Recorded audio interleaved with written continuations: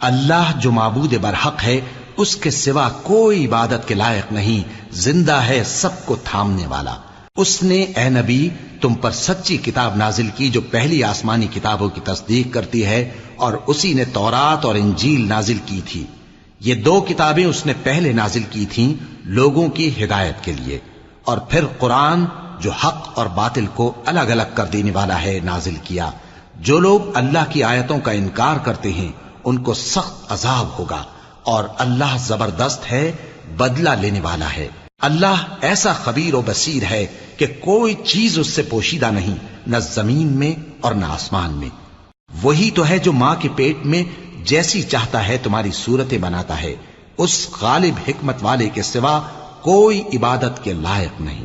اے پیغمبر، وہی تو ہے جس نے تم پر یہ کتاب نازل کی جس کی بعض آیتیں محکم ہیں اور وہی اصل کتاب ہے۔